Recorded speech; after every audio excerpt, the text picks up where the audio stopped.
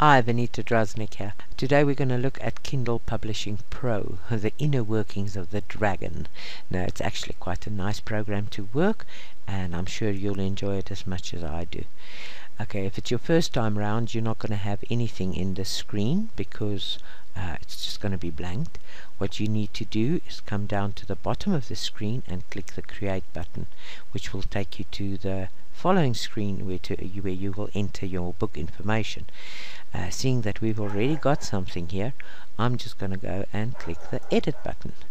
Now what I'm working with here is a PLR book. I've just copied it right in here. Numerous marketers in the past thought they can do exactly the same. Just take an original PLR, shape it up as an ebook and publish on Kindle.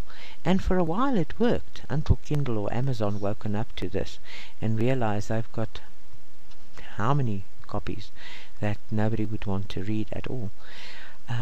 So now they outright reject the book, or they go so far as to close the author's account. This is quite a loss if you have a serious business in online marketing or self-publishing.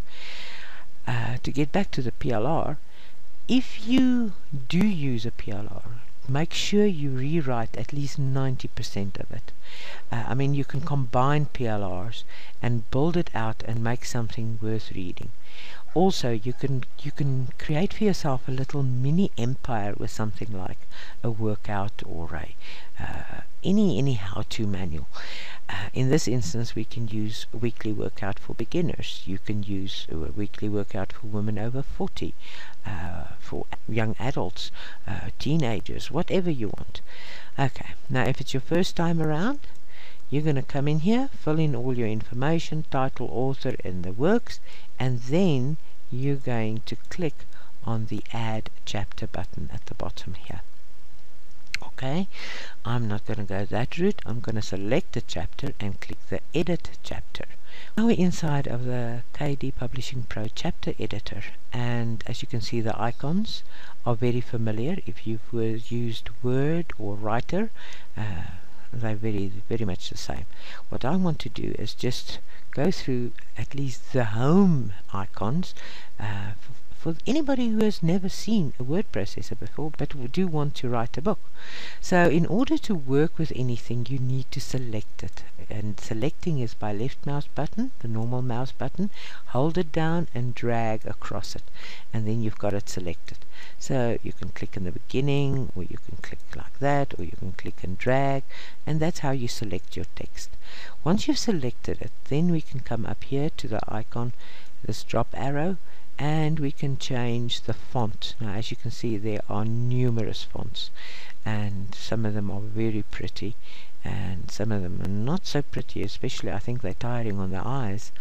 I do believe the Georgia font is tested and found that it's the easiest to read is your Georgia, maybe not in a size 16, maybe even a 12. Okay, that to this, I don't know, to me it reads the same, but people have different criteria for this. Alright, once you have that selected, we can go to the Grow Font icon, and that will also increase your font size, and you can come down to the Shrink Font icon to bring it back to a normal size or a smaller size. Here we can make it bold if we so wish.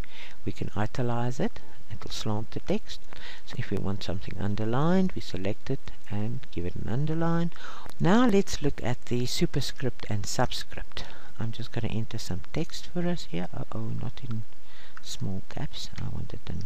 Okay, once we've selected this 2, we can then go and click that superscript to put it in the air, and subscript to bring it down. Alright, just remember it's a toggle and it remains. So if I should type and I've forgotten to switch it off, it's going to remain in subscript. I can select it and just switch it off the subscript, which should restore my font size. Okay, I don't want any of that there, so let's take this out. A nice thing to have is this paragraph marker tool.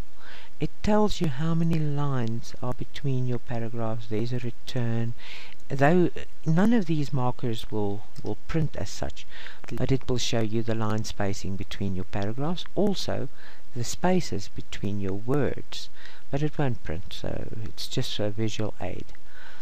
I see I've forgotten something. Let me just take this out. Of course, I want to show you how the bullets work, and I don't want it in here like that. Okay, I'm still going to select my text, and then here's your bullets. You can just give it, unfortunately it's just one type of bullet, they don't have different shapes like in Word. You can put numbers there, and you can give it a multi-level numbering. You also can decrease. Funny, it don't want to do on the decrease.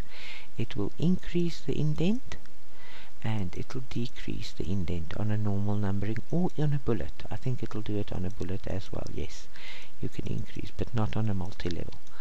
The minute and also you need to be one level inside to have a multiple numbered. Also, what I would like to show you is to increase the line spacing. At the moment it's 1.5, but I can bring it down, shrink it up, or I can take it out to as much as double the line spacing. Okay, let's put it back to normal. No, that's really crummy. That looks better. What I want to show us here is the replace, which is very handy. If you have written a story and you've used a name, and then halfway through the story you realize that you don't want to use this name no more, you would like to have a quick way to change the name from, say, Paul to John or whatever, then this is the way to do it. What I'm going to do here is just select the small piece. I don't want to replace everything, and go here and say use. I've already done it before, so you can say all the is text, replace it with this number, and say replace all. It'll tell me it replaced and made 11 replacements. Also, it will ask me if it needs to go through the remainder of the document, which I say no thank you, and that's fine. We cancel, and if we see now wherever there was an is, we've got a number. Of course, we can just go back to File and Undo and set it back, but it's a very handy little tool. I'm going to show you about pictures. If we go here to another one, because I know I want to do 2 lines, I'm going to go to Insert and Inline Picture, and I'm going to pick for us a girl walking. Where is she? There's the girl walking. Now when you work with a picture, you click on it and you get these handles. It's good to drag and resize on the corners, because then you retain the ratio of your picture.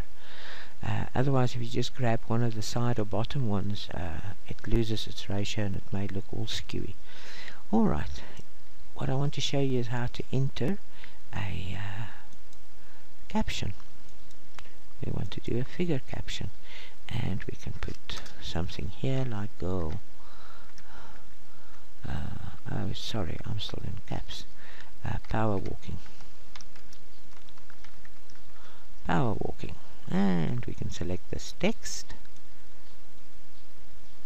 go back home, and reduce the font size. You don't want such a huge line of text beneath a picture. And for this exercise, I want to go down here, insert for us just another picture. Just want to show you something.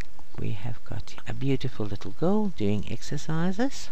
We can reduce the size of this picture a bit, and we will enter a caption.